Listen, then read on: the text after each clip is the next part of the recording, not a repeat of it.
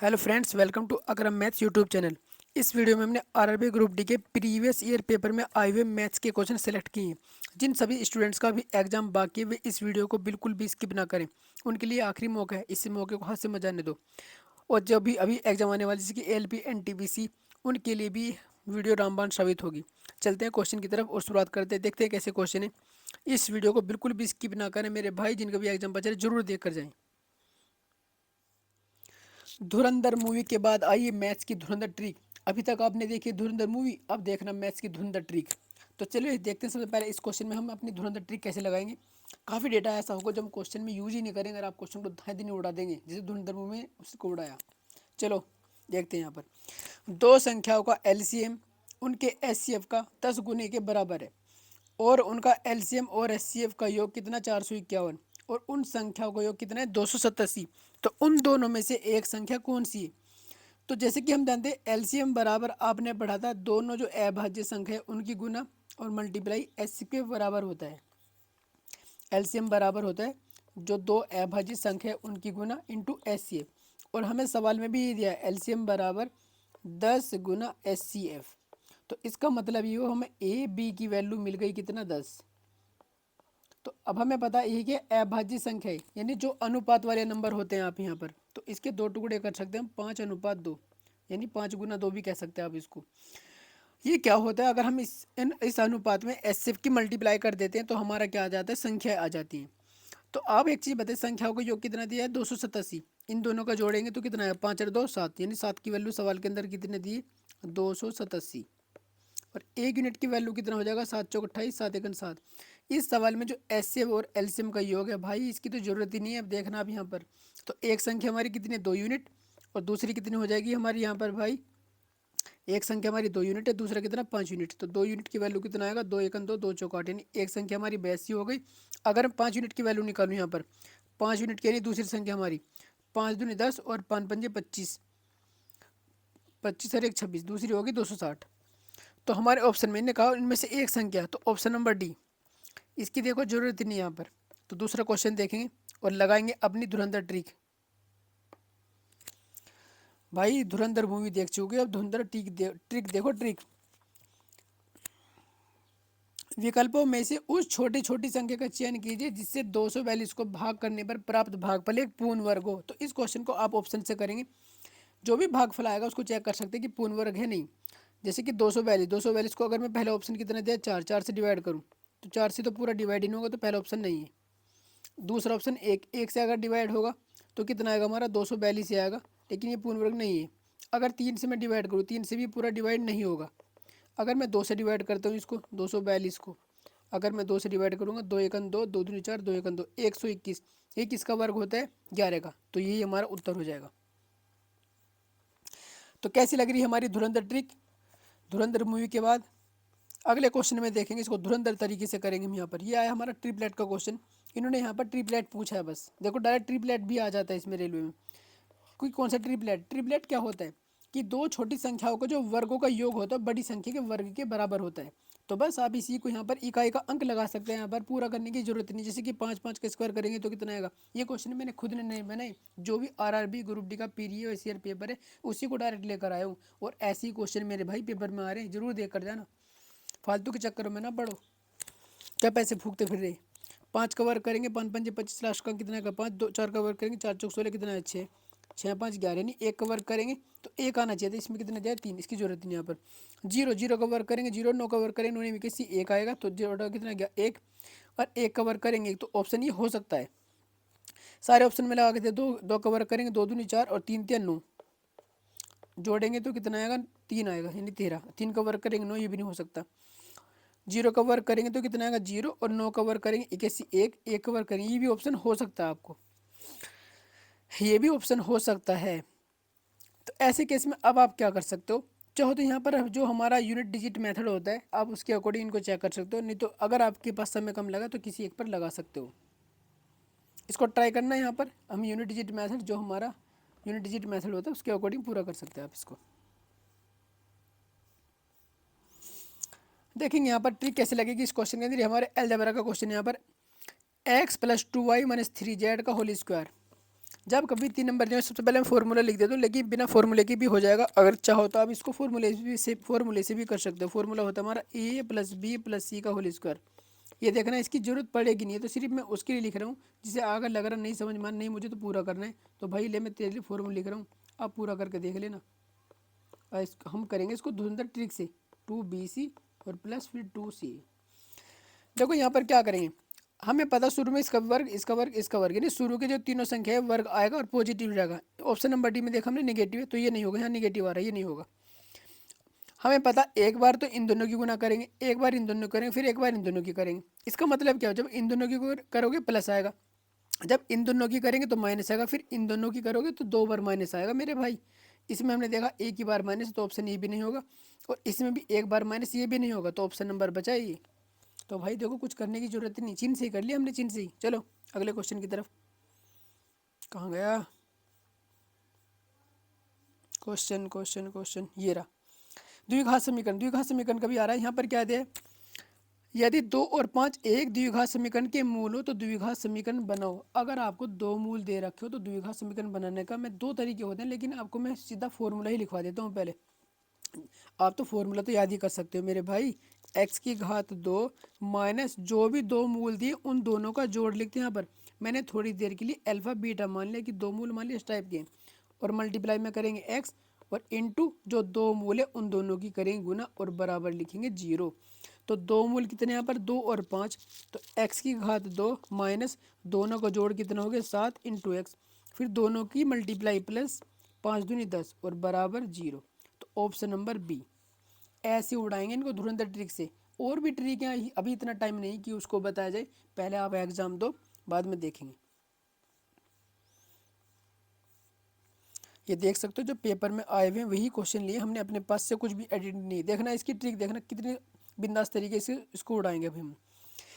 एक भिन्न का अंश और हर दोनों का जोड़ कितना है 13 है। अब वो क्या कर रहा है, यदि अंश और हर यानी दोनों में 6 जोड़ रहा है, जिसकी वजह से भिन्न हमारी 8/17 आ गई, यानी भिन्न कितनी हो जाती है 8/17 हो जाती है। तो अंश और हर का निरपेक्ष अंतर पूछ रहा है। निरपेक्ष अंतर का मेरे भाई मतलब होता है पॉजिटिव अंतर चाहिए हमें। अब आप एक चीज बताइए, आपने दोनों में ही 6 जोड़ा, अंश में भी और हर में भी, अगर मैं दोनों का अंतर निकालूं तो 6 से 6 तो अपना भी कट जाएगा भाई, उसकी तो जरूरत ही नहीं है हमें। यानी जो बचेगा हमारा जो पहले एक्चुअल भिन्न थी उन दोनों का अंतर ही तो बचेगा, क्योंकि आपने अंश में भी 6 जोड़ा है और हर में भी, तो दोनों का अंतर वही रहेगा जो पहले था बिना जोड़े। तो मैं डायरेक्ट यहाँ पर अंतर निकाल सकता हूँ, 17 में से 8 गए तो बचेंगे कितने 9। ऐसे उड़ाएंगे, इनकी कोई जरूरत नहीं, यहाँ पर ये सब बकवास लिख रहा है।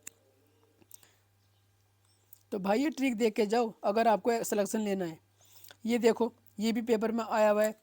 यह कह रहा है यहाँ पर, दी गई दो आकृतियों में समरूपता, इनमें से किस शर्त के आधार पर त्रिभुज पी क्यू आर और त्रिभुज एक्स वाई जेड के समरूप है, जहाँ एस तो भुजा है ए कोण है।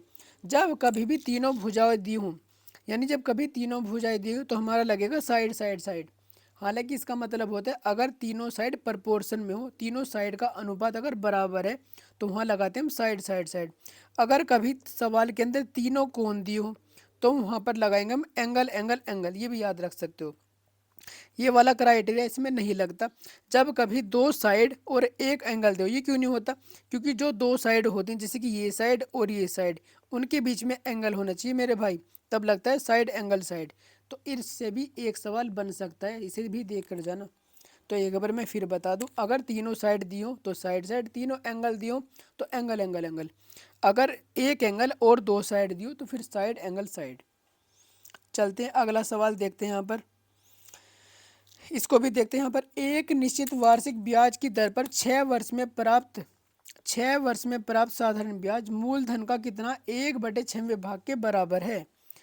समान साधारण ब्याज की दर पर, यानी ब्याज की दर अभी भी वही है, तो किस धनराशि पर 3 साल में जो प्राप्त मिश्र धन है वो हमारा 6,000 रुपये हो जाएगा। तो पहले हम अगर दर निकालें तो दर निकाल सकते हैं हम, चाहो तो आप फॉर्मूला यूज कर लो, एस आई बराबर PRT/100। हमें पता है ब्याज कितना है, जितना मूलधन है उसका 1/6। अगर मैं मूलधन को ही 6 मान लूँ तो ब्याज कितना मिल रहा है, उसका मतलब 1 रुपये का ब्याज मिल रहा। यदि हमारा मूलधन कितना है 6 रुपये, दर हमें निकालनी, और ये कितने समय मिला हमें 6 साल में मिला है, और बटे में कितना लिखेंगे 100। यहाँ से आर की वैल्यू कितना आ जाएगी निकल कर, आर बराबर 6 छंग 36 यानी 100/36 आ गई आर की वैल्यू। हमसे क्या पूछा था, अगर दर उसी दर पर किस साधन ब्याज की दर पर 3 साल में प्राप्त मिश्र धन जो है हमारा 6,000 रुपये हो जाएगा। एक तरीका ये भी, इसको 100 में भी ऐड कर लो आप चाहो तो डायरेक्ट। हमें पता 3 साल में अगर मैं इसमें 3 की मल्टीप्लाई करूँ तो 3 साल बाद कितना ब्याज है 100 में ऐड कर सकती हूँ। या आप चाहो तो सीधा फॉर्मूला यूज़ कर सकते हो। मिश्र धन बराबर क्या होता है, जितना भी मूलधन है और उसमें हम अगर ब्याज ऐड कर दे वो हमारा मिश्र धन होता है। तो मिश्र धन कितना दिया उसने हमें 6,000 रुपये बराबर पी, अगर मैं इसकी वैल्यू लिखूँ यहाँ पर PRT/100 और मैं यहाँ से पी ले लूँ कॉमन तो बचा कितना मेरा 1+RT। अब मैं यहाँ वैल्यू रख देता हूँ, आर की वैल्यू कितना था 100/36 और टी कितना था 3 साल और अपोन में कितना है 100। 100 से हमारा 100 कट जाएगा, 3 से कटेंगे तो कितना आएगा 12। तो ये कितना बचा पी 12 देखते रहे नहीं 13/12। 12 किस में मल्टीप्लाई करेंगे 6,000 में और 13 से करेंगे डिवाइड तो 12 कितना हो जाएगा 72। ये हो जाएगा हमारा 72,000 और इसको भाग किससे करना हमें 13 से। 13 पंजे कितना चल जाएगा 13 पंजे 65। तो बचे कितने यहाँ पर भाई 12 में से 5 गए बचे 7, तारली 1 0 फिर 13 पंजे 65। अभी पहले ऑप्शन में देखो किसमें 55 आ रहा है, इसमें भी आ रहा है इसमें भी आ रहा है, इसका मतलब है ऑप्शन 2 तो हमारे खत्म हो चुके। 13 पंजे 65 फिर बचा कितना 5, तारली 1 0 और 13 यानी से 553। पूरी कैलकुलेशन करने की जरूरत ही नहीं है, जब कभी भी आप करो तो ऑप्शन भी देखते रहो, ये नहीं कि पूरी कैलकुलेशन वहाँ लपेट रहे अब इसे करते रहो टाइम वेस्ट करोगे।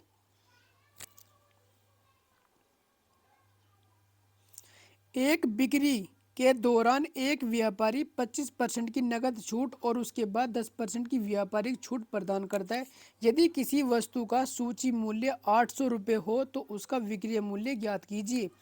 हमें पता है विक्रय मूल्य कितना भैया, उसने दिया 800 रुपये। 25% की फ्रैक्शन वैल्यू कितना होता है 1/4। इसका मतलब है अगर तुम 4 रुपये पर 1 की छूट दे रहे तो बेच रहे कितने का उसका 3 का, नहीं 3/4 लिखेंगे मल्टीप्लाई 10% की फ्रैक्शन वैल्यू कितना होता है 1/10 यानी 10 रुपये का आइटम है 1 की छूट दी बेचा कितने का 9 का। 1 0 से 1 0 गया, 4 से कटेंगे तो कितना आएगा भैया 20 बार, 9 3 27 और 27 दूनी कितना हो जाएगा 54 यानी 540। Option number A. मेरे भाई इसको फटाफट गर्दा उड़ाओ धुरंधर मूवी की तरह, क्या बस धुरंधर मूवी में लग रहे। ये फिजिक्स के भी चुटकियों के सवाल है, कल देखेंगे, आज सिर्फ हम बात करने वाले हैं मैथ्स की। यहाँ पर 3 पाइप KLM पाइप के किसी टंकी को 15 मिनट में भर सकता है, पाइप L उसी टंकी को 1 घंटे में भर सकता है। मेरे भाई यहाँ मिनट दिया है, यहाँ पे लिखा है घंटा, तो या तो पूरे को घंटे में कन्वर्ट करो या मिनट में, तो इसका मतलब है L पाइप 60 मिनट में भर सकता है। पाइप M उसी टंकी के भरे होने पर 1 घंटा 45 मिनट यानी 60 + 45 105 मिनट में खाली कर सकता है।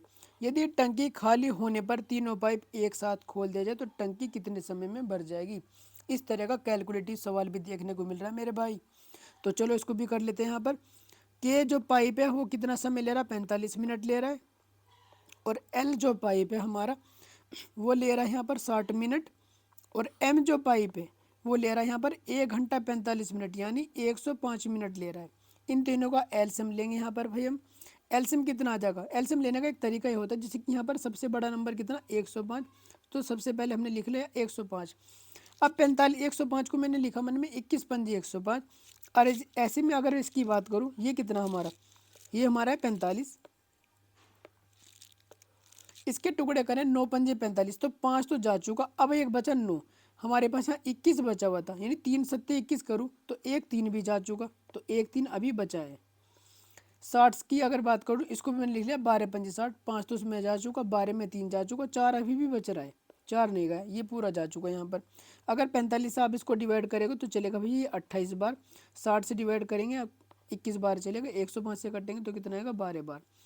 हमें पता ये तीनों पाइप क्या ये भी पानी भर रहा है, ये हर 1 मिनट में 28 लीटर पानी भर रहा है, ये 21 लीटर, और ये हर 1 मिनट में 12 लीटर पानी निकाल रहा है। तो तीनों मिलकर कितना हर 1 मिनट में कितना भरेंगे 8 और 1 9, और 9 में से 2 गए बचे कितने 7, 2 और 2 4, 4 में से गया 3 यानी हर 1 मिनट में पानी भरेंगे 37 लीटर। और टोटल पानी कितना भरना था भैया हमें 105, 4 तिया 12, 12 की मल्टीप्लाई कर लेते, 12 पंजे 60, 12 कन 12 यानी 1260। बटे में कितना आ जाएगा 37। तो 37 तो देखो सारे ऑप्शन में दिया है यहाँ पर। अगर मैं इसे डिवाइड करूँ तो कितना चलेगा यहाँ पर। अगर मैं इसको डिवाइड करता हूँ, इसको मैं 30 मान लूँ थोड़ी देर की, 3 3 हो, अगर 13 चलाऊंगा तो बचेगा 900। अगर मैं चौका 4 3 12 4 से 28, तो चौका हो जाएगा ज़्यादा।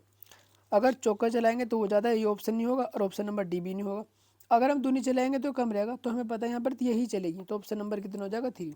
अब एक बार ट्राई कर सकते, डिवाइड करो।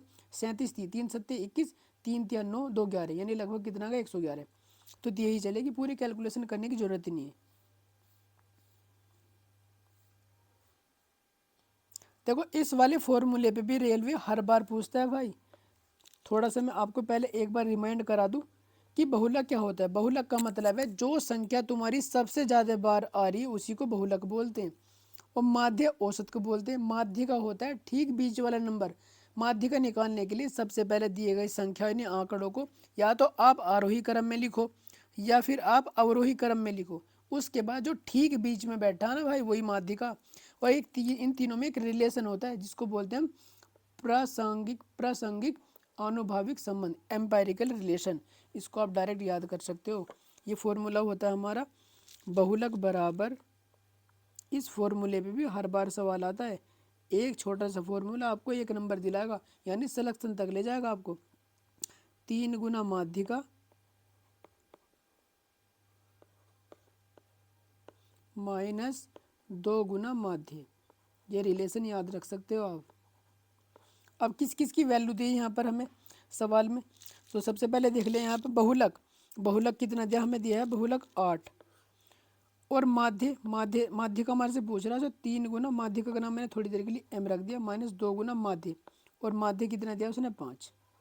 तो ये कितना हो जाएगा 2 पंजे 10, 8 और इधर आ गई प्लस का हो जाएगा 10। ये कितना बचा 3 गुना माध्य का, यानी 3 गुना m लिख लिया मैंने इसको। ये कितना हो जाएगा 18। 18 को आप 3 से डिवाइड करोगे तो कितना आएगा 6। ये किसकी वैल्यू आ जाएगी m की, यानी ऑप्शन नंबर फर्स्ट। तो इस फॉर्मूले को भाई जरूर देख कर जाना, हर शिफ्ट में आ रहा है ये क्वेश्चन, छोड़ मत देना। ये आयु वाला बिल्कुल यही सवाल देखने को मिल रहे, पता नहीं क्यों डर रहे आप। m और n की आयु का गुणनफल 486 वर्ष है और उनकी आयु का अनुपात 3:2 है, तो उनकी आयु का योगफल ज्ञात करो। मान ली एक की आयु कितनी हो गई 3x। जब भी कभी मल्टीप्लाई दे रखी तो x मान लेना, आप डायरेक्ट आप मल्टीप्लाई करो 6 और एक यूनिट निकालने बैठ जाओ तो फंस सकते हो। तो इसको मान लिया हमने 2x। इन दोनों का प्रोडक्ट यानी इन दोनों का गुणनफल कितना हो जाएगा 6x की घात 2, जिसकी वैल्यू कितनी दी है सवाल में 486। तो x की घात 2 6 से डिवाइड करेंगे, 6 8 48, 6 का 6, तो x बराबर कितना आ जाएगा हमारा भाई 9। यानी अब इसको कह सकते हो आप 1 यूनिट। अगर मैं 9 की मल्टीप्लाई करूँ तो एक संख्या आ जाएगी यहाँ पर, एक की आयु, और दूसरे मल्टीप्लाई करेंगे दूसरे की आयु की। हमारे से पूछा गया है सवाल में उनकी आयु का योग बताओ, तो इनकी आयु का योग कितना है 5 यूनिट और एक की वैल्यू कितना है 9, तो 9 पंजे हो जाएगा 45 मेरे भाई। सीरीज का अभी नहीं हमें देखना है, सिर्फ मैथ के, ये भी रीजनिंग का है।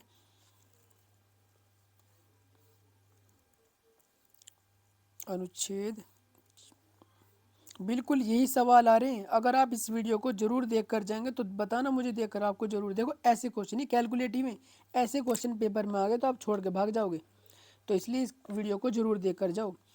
एक त्रिभुजाकार मैदान की दो भुजाएं 41 मीटर और 28 मीटर है और इसका परिमाप 84 मीटर है। त्रिभुज के सबसे छोटे 49 की लंबाई, ऐसे से वर्ड आ गए तो समझ में नहीं आया क्या करना है। यही नंबर है, यही क्वेश्चन है जो आपको ऊंचाई तक ले जाएंगे, ये स्कोर करने में मदद करेंगे, जो आपके रैंक को चेंज करेंगे। ये वाले क्वेश्चन है।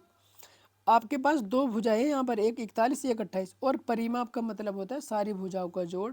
त्रिभुज के अंदर कितनी भुजाएं, 3 भुजाएं, और परिमाप कितना है। अगर मैं तीसरी भुजा का नाम रखूँ सी, तो परिमाप कितना है 84। 84 में से बाकी दोनों भुजाओं को अगर मैं माइनस कर दूं तो आपके पास क्या आ जाएगा, तीसरी भुजा आ जाएगा। तो 84 माइनस 4 और 1 8 और 1 9, 4 2 6, कितना हो जाएगा 69। तो सी की वैल्यू कितना आ जाएगी अगर घटाएंगे, 14 में से 9 गए बचे 5 और 7 में 6 गए कि नहीं 15। तीसरी भुजा आ गई 15। लेकिन ये पूछा गया है, अब मैं डायग्राम से बता दूँ ये पूछा क्या उसने।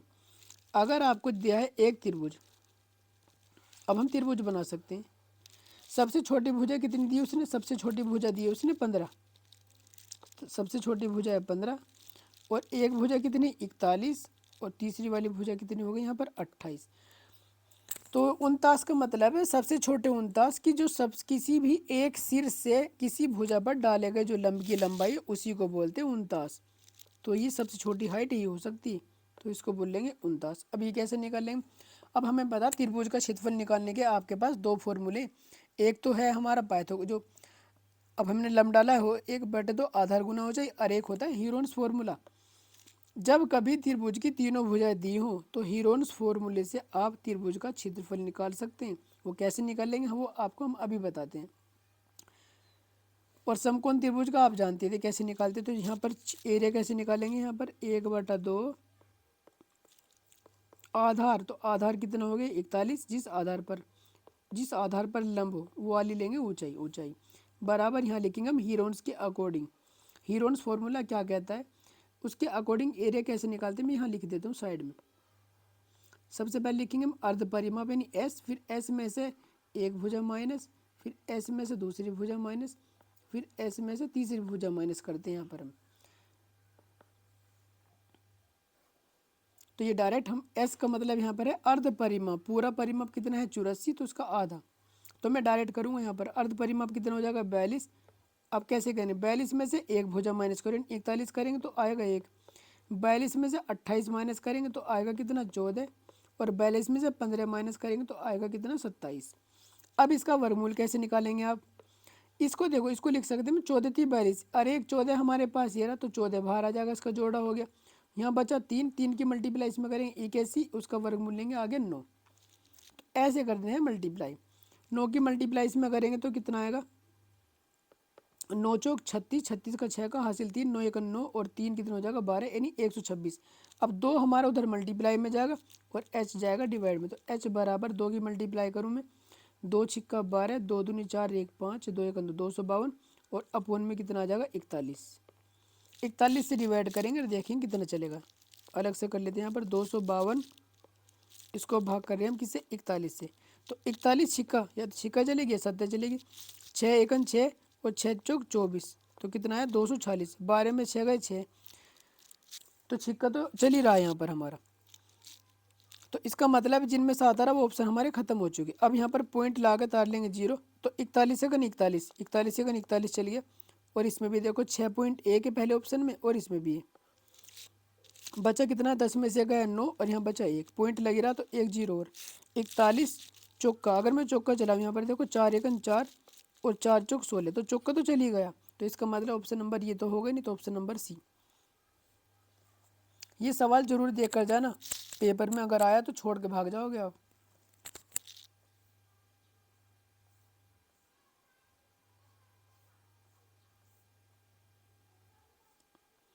द्विघात समीकरण का देखते हैं सवाल। ए एक्स की घात 2 माइनस 8x माइनस 8 को x प्लस 2 से भाग करने पर शेषफल 24 प्राप्त होता है, तो ए का मान ज्ञात कीजिए। तो मेरे भाई जब कभी भी ऐसा सवाल आएगा कि इससे भाग करने पर, तो यहाँ पर x की वैल्यू ऐसी क्या लूँ ताकि जीरो हो जाए, या इसको हम बराबर जीरो लेके चलेंगे, तो x की वैल्यू आएगी यहाँ से -2, तो इसमें हम x की वैल्यू -2 रखेंगे। अगर हमारा जो भी शेष दे रखा है उसको बराबर रखेंगे। अगर कहता हूँ कि पूरा पूरा विभाजित हो जाता है तो बराबर हम जीरो लेके चलते हैं। तो x की जगह मैं कितना लिखूंगा, यहाँ पर x की जगह लिखूंगा मैं -2, तो a x की जगह रखूँगा -2 यहाँ पर, फिर -8, जहाँ भी x आएगा उसकी जगह लिखेंगे -2 -8, जितना भी वो शेष कह रहा है वो बराबर लिखेंगे मेरे भाई 24। तो ये कितना हो जाएगा 2 दूनी 4 यानी 4a, -2 8 16, तो प्लस के हो जाएगा 16, -8 और बराबर है कितना 24।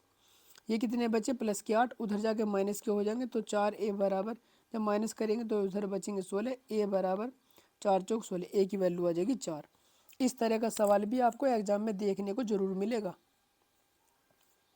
सवाल नंबर अगले सवाल देखते हैं। देखो आय वाला सवाल पेपर में आया, इसको कैसे करेंगे। ए और बी की आय का अनुपात 3:5 है। ए का खर्चा उसकी आय का कितना 7/12 है, और जो बी का खर्चा है वो उसकी आय का 8/15 है। तो उनके और साथ में उनके खर्चों का अंतर कितना 14,300। तो एक ही आय पूछ रहा, यानी उसने आय का अनुपात दिया हमें कितना 3:5।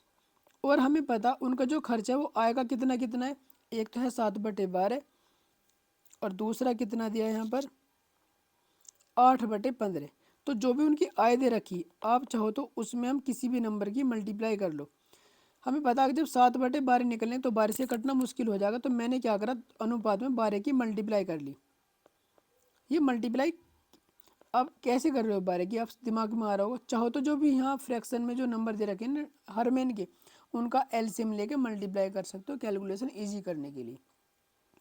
अब मैं अगर इसके खर्चे की बात करूँ, ए का खर्चा कितना 7/12। अगर मैं इसका 7/12 निकलूँ तो 12 से 12 कैंसिल हो जाएगा, 7×21 यहाँ पर आएगा। ए का खर्चा 21 यूनिट। और मैं अगर बी का खर्चा निकालूँ उसका कितना था 8/15। तो मैं इसका 8/15 अगर करूँगा तो 5×15 3 आया, और 3×4 = 12, 4×8 = 32। तो बी का खर्चा आ जाएगा 32 यहाँ पर। अब दोनों के खर्चे का अंतर दिया तो इनके खर्चे का अंतर कितना है यहाँ पर 11 यूनिट, और 11 की वैल्यू सवाल में कितना है 14,300। तो यहाँ से 1 यूनिट की वैल्यू अगर मैं बात करूँ कितना आ गया 13,000। हमसे पूछा क्या था सवाल में एक ही आय, एक ही आय हमारा कितना है 12×3 = 36, 36 यूनिट है एक ही आय। तो 36 की मल्टीप्लाई करेंगे यहाँ पर 36 की 13×6 कितना हो जाएगा 13×6 = 78, सॉरी 36 की मैंने 60 लिख दिया। ये 36 की मल्टीप्लाई करेंगे इसमें 1300 में करेंगे 36 की मल्टीप्लाई, 2 जीरो हमारी एच टी जाएंगी। 13×6 = 78, 8 आप चाहो तो 13×6 और 13×3 = 39 और 7 कितना हो जाएगा 46। तो 46,800 ऑप्शन नंबर डी। ये सवाल भी पेपर में देखने को मिल सकता है आपको। इस टाइप का कोई सवाल नहीं आ रहा इसलिए इसको छोड़ देते हैं फिलहाल के लिए। इनमें है कुछ नहीं, बिल्कुल चुटकी के आसान सवाल हैं, लेकिन इस टाइप का पेपर में नहीं आ रहा। जो आ रहा है फिलहाल वो करके जाओ।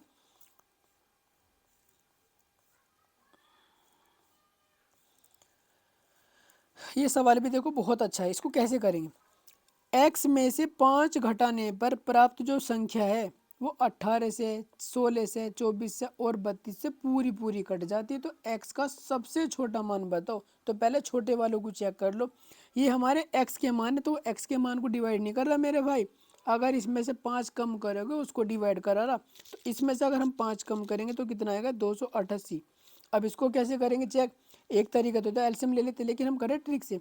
इसमें देखो 9 आ रहा है, क्या ये 9 से कट रहा, हाँ 9 सम संख्या, तो एक तो सम संख्या भी होना चाहिए 9 से कटना चाहिए, तो ये ऑप्शन हमारा हो सकता है।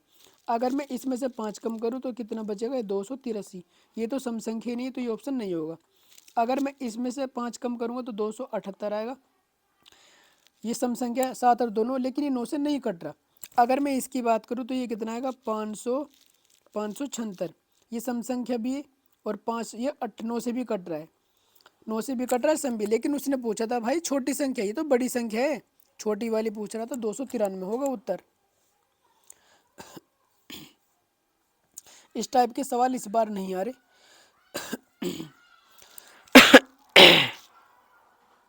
ये भी आसान सा सवाल है मेरे भाई। ये -2 की घात, जब बीच में डिवाइड हो तो पावर माइनस करते हैं, तो -2, 4 में 6 जाएंगे तो बचेंगे कितने -2। पावर जब माइनस में हो तो उसको हम उल्टा करते हैं, ये अंदर वाला चिन्ह कभी नहीं बदलता, अंदर वाला एज इट इज रहेगा। अगर मैं इस संख्या को उल्टा कर दूं तो बाहर वाले संख्या का चिन्ह बदल जाता है, ऐसे याद रख सकते हो। ये माइनस अंदर एज इट इज रहता है, अगर मैं इसको उल्टा कर दूं तो बाहरी वाली संख्या का चिन्ह बदल जाता है। तो ये कितना हो जाएगा मेरा 1/4। तो ऑप्शन नंबर ए।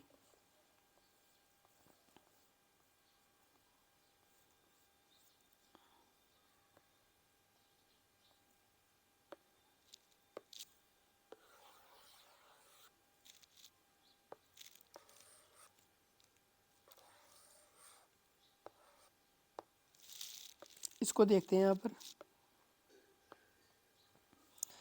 y की पावर 3 माइनस एक्स वाई की पावर 2 माइनस एक्स वाई की घात 2 प्लस एक्स की पावर 3, इसके गुणनखंड करने। तो यहाँ से देखो डायरेक्ट करेंगे, यहाँ से कितना कॉमन आ रहा है y की घात 2, तो y की घात 2 मैंने कॉमन ले लिया, तो यहाँ कितना बचा 1y और माइनस एक्स, तो यहाँ बचा वाई माइनस एक्स। यहाँ से क्या कॉमन आ रहा, माइनस एक्स की घात दो, तो माइनस एक्स की घात दो कॉमन लिया। यहाँ कितना बचा वाई और यहाँ बचेगा माइनस के एक्स। अब हमने क्या देखा, पूरे में से वाई माइनस एक्स कॉमन आ रहा है, तो वाई माइनस एक्स इसमें से कॉमन आया। यहाँ बचा हमारा वाई की घात दो माइनस एक्स की घात दो। यहाँ पर हमारा ए की घात दो माइनस माइनस बी की घात दो का फॉर्मूला बन गया।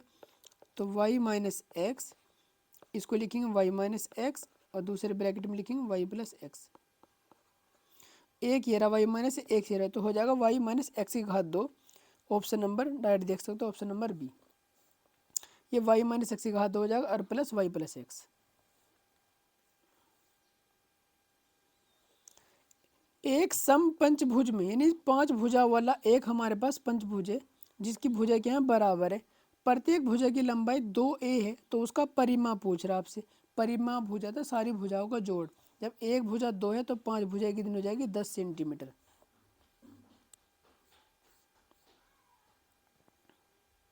आयु वाला इस तरह का सवाल भी आ रहा है। 8 वर्ष पूर्व रघु की आयु मोहन की आयु की 3 गुना थी।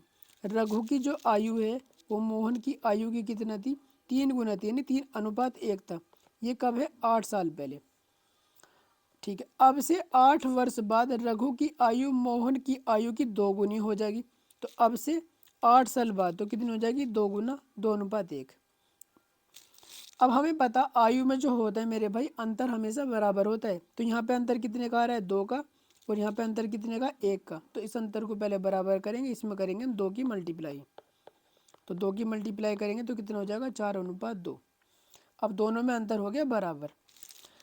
अब हमें पता ये 8 साल पहले का अनुपात है हमारे पास, ये 8 साल बाद का। तो इसका मतलब है यहाँ से यहाँ तक जाने में कितना टाइम लगा, यानी 16 साल लगे हैं। लेकिन अनुपात कितने का आ रहा है यहाँ पर, चेंज कितने का, 1 यूनिट का। तो 1 की वैल्यू कितना है सवाल के अंदर, 16। अब हमसे क्या पूछा है यहाँ पर, हमसे पूछा मोहन और रघु की वर्तमान आयु का अनुपात पूछ रहा है।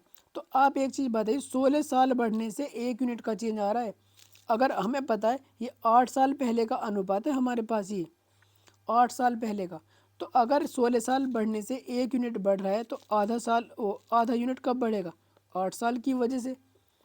भाई सीधी सी बात हुई ना, 8 साल की वजह से आधे यूनिट का चेंज आएगा, क्योंकि 16 साल की वजह से 1 यूनिट का चेंज आया है। तो हम डायरेक्ट देखो, उसकी ज़रूरत नहीं अलग अलग आयु निकालने की। तो हमें पता है ये 8 साल पहले का अनुपात है। अगर मैं इसमें आधा आधा यूनिट और ऐड कर दूं तो मेरे भाई ये वर्तमान अनुपात आ जाएगा, नहीं आ जाएगा। 3 में आधा जोड़ेंगे तो कितना आ जाएगा, 7.5 अनुपात। और 1 में आधा जोड़ेंगे तो कितना हो जाएगा, 3.5। तो 2 से हमारा 2 कट गया तो बचा कितना, 7:2, 7:3। लेकिन उसने पूछा किसका, यहाँ देखो मोहन का रघु से पूछा है। यहाँ पर हमारा रघु, तो रघु हमारा कितने का, 7, और मोहन कितना, 3। तो इस चीज़ का ध्यान रखना। ऑप्शन है वो भी सही कि ऑप्शन नहीं दिया, जल्दबाजी में गलत मत कर देना। यानी हमारा होगा 3:7। जिस तरह से उसने पूछा है, इसने यहाँ पर उल्टे करके पूछी जानबूझकर। वो तो अगर ऑप्शन 7:3 भी होता तो जल्दबाजी में गलत कर सकते हो आप।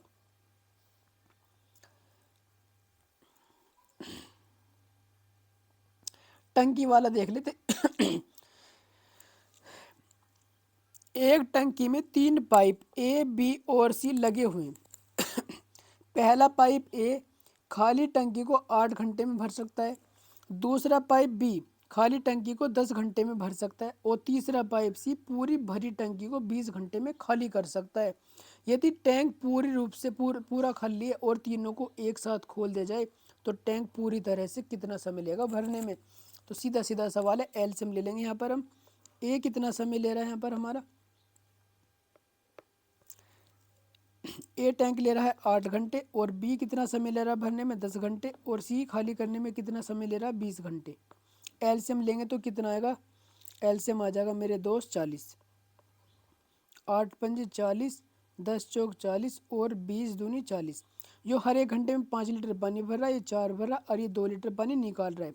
तो ओवरऑल हर एक घंटे में पानी कितना भरे, टोटल पानी भरना था हमें 40 लीटर, और हर एक 5 और 4 9, और 2 गए 7। तो हर एक घंटे में 7 भर रहे हैं। तो टोटल टाइम कितना आ जाएगा, 40/7। ट्रिग्नोमेट्री का ये सवाल पेपर में जरूर देखने को मिलेगा, गर्दा उड़ा देना इस सवाल में। धुरंधर ट्रिक के साथ करेंगे हम। आपको ये चीज़ याद रख सकते हो, जब कभी भी सेक प्लस टेन थीटा की वैल्यू कुछ दी हो या sec theta minus tan theta की वैल्यू दियो। ये ट्रिक यानी ये धुरंधर ट्रिक दोनों जगह काम करेगी। तो जब कभी sec theta plus tan theta की वैल्यू दी, सबसे पहले चलो मैं इसको लिख देता हूँ। Sec theta plus tan theta कितना दिया है, उसने दिया है हमारा पी। हम डायरेक्ट क्या कर सकते हैं, यहाँ से sec theta minus tan theta की वैल्यू निकाल सकते हैं। तो ये बात याद रखना। इसको हम क्या कर देंगे, हम इसको कर देते हैं उल्टा। अगर मैं इन दोनों को कर दूं ऐड तो टेन से टेन कैंसिल हो जाएगा, ये हो जाएगा हमारा टू सेक थीटा और बराबर हो जाएगा P plus one upon P. हमसे क्या पूछा मेरे दोस्त, हमसे पूछा चार सेक थीटा की वैल्यू। तो मैं इसमें दो की मल्टीप्लाई करूँगा और दो की मल्टीप्लाई मैं इधर भी करूँगा। तो इसमें तो दो का मल्टीपल ही नहीं है, इसमें डिवाइड कर रखा है और हमें पता पूरे में आएगा प्लस, तो माइनस वाला भी नहीं है। तो ऑप्शन नंबर बचा थर्ड। पूरी कैलकुलेशन करने की जरूरत नहीं है।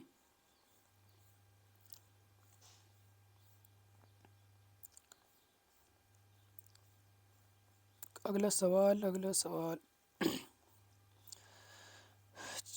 कोशिश किया करो पूरी कैलकुलेशन मत करो, ऑप्शन पे भी ध्यान रखो कि ऑप्शन क्या गिवन है, उसके आधार पर अपनी कैलकुलेशन करो। क्योंकि एग्जाम में इतना टाइम नहीं है कि वहाँ पर आप पूरी कैलकुलेशन करते फिरो और उसी में पूरा टाइम गवा दो। फिर घर पे कहते हो कि अगर हमारा टाइम खत्म हो गया, टाइम नहीं मिला, ये नहीं मिला, वो नहीं मिला।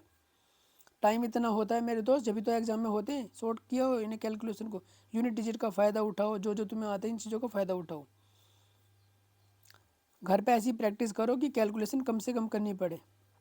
लास्ट वाले इस चैप्टर का हमारे यहाँ पर 63 वस्तुओं का क्रय मूल्य 54 वस्तुओं के विक्रय मूल्य के बराबर है। तो लाभ हो रहा है या हानि हो, बताओ।